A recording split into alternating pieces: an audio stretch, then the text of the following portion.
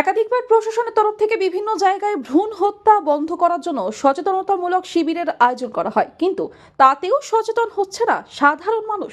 রবিবার সকালে পূর্ব মেদিনীপুর জেলার তমলুক থানার চপ বসান গ্রামের দাসপাড়া এলাকায় একটি পুকুরের অস্বাভাবিক কিছু ভাসতে দেখলে বাস দিয়ে উপরে তুলে আনলে দেখা যায় একটি মৃত শিশুর দেহ। সকালবেলা এখানে জাল দিতে গেছিলাম, মানে জাল দেখতে গেছিলাম। ওখানে জাল দেখে এসে ঘুরে দেখলাম যে একটা মুরগি বাচ্চার মতো পড়ে আছে।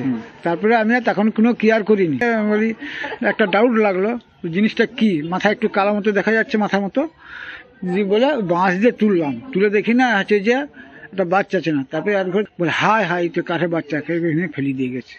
ব্যাস এই পর্যন্ত। মেয়ে ছিল। এখানকার কোনো কারো কি মনে হয়, সন্দেহ হয় এখানে? সেরকম তো কিছু আমি তো বুঝতে পারছি না, আমি তো জানিনি এখন। এরপরে এলাকায় চাঞ্চল্য ছড়িয়ে পড়ে। ঘটনায় খবর দেওয়া হয় তমলুক থানায়।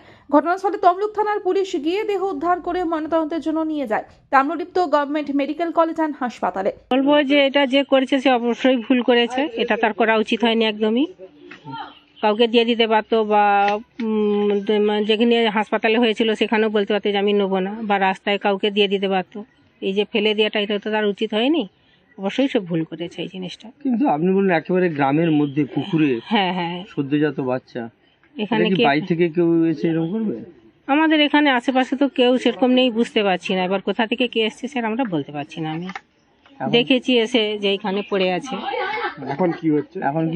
এখন পুলিশ এসেছেন, ওনারা আসছেন, এবার ওনারা কি করবেন সেটা দেখুন। আমরা খবর দিয়েছি এখান থেকে। বাচ্চাটা কি মৃত্যু হয়েছে?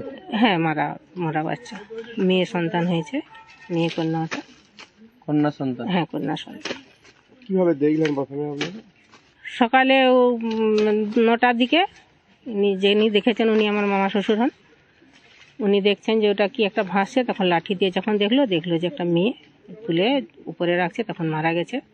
কিন্তু এত গ্রামের ভেতরে এই পুকুরে কোথা থেকে এলো এই মৃত শিশুর দেহ, উত্তর দিতে পারছেন না এলাকার বাসিন্দারা।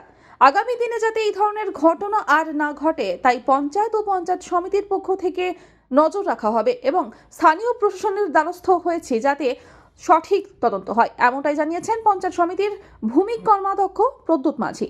এটা তো সত্যিই আমার অবাক লাগছে। আমি তমলুক পঞ্চায়েত সমিতির ভূমি কর্মাধ্যক্ষ। আমি সকালে 9টার সময় ফোনের মাধ্যমে আমাকে জানানো হলো দাদা ভেতরে আসুন, দাসপাড়ার ভেতরে একটা পুকুরে 6-7 বছর বাচ্চা ভাসছে। শুনে আমি এলাম, এসে দেখলাম কাশীনাথ দাস মহাশয় ওই বাচ্চাটাকে তুলে ওপরে ডাঙাতে তুললো, কিন্তু আমরাও ভাবতে পারিনি আমাদের গ্রামে এই জিনিস হতে পারে। সত্যি অবাক ব্যাপার। কে এমন নক্কারজনক ঘটনা ঘটালো, আমরা ধিক্কার জানাই যে এসব মানুষ আজকে ভ্রূণ হত্যা করছে। এটা সত্যি অন্যায়, যাতে আগামী দিন না হয় তার জন্য আমরা পঞ্চায়েত সমিতির পঞ্চায়েতের পক্ষ থেকে অবশ্যই নজর রাখবো। আর প্রশাসনের দ্বারস্থ হয়েছি, প্রশাসন এসেছিলেন, জিনিসটাকে পিএম করার জন্য নিয়ে যাওয়া হয়েছে। কোথা থেকে এসেছে কিছু কি জানেন? এটা তো একদম বুঝতেই পারিনি কোথা থেকে এত ভিতরে, দাসপাড়ার এত ভিতরে পুকুরে কি করে এলো, সেটা আমরাই অবাক যে কি করে হতে পারে এই জিনিসটা। পুলিশ এসে কি নিয়ে গেল? পুলিশ এসে নিয়ে গেল পিএম করানোর জন্য। ব্যুরো রিপোর্ট, আনন্দ বার্তা।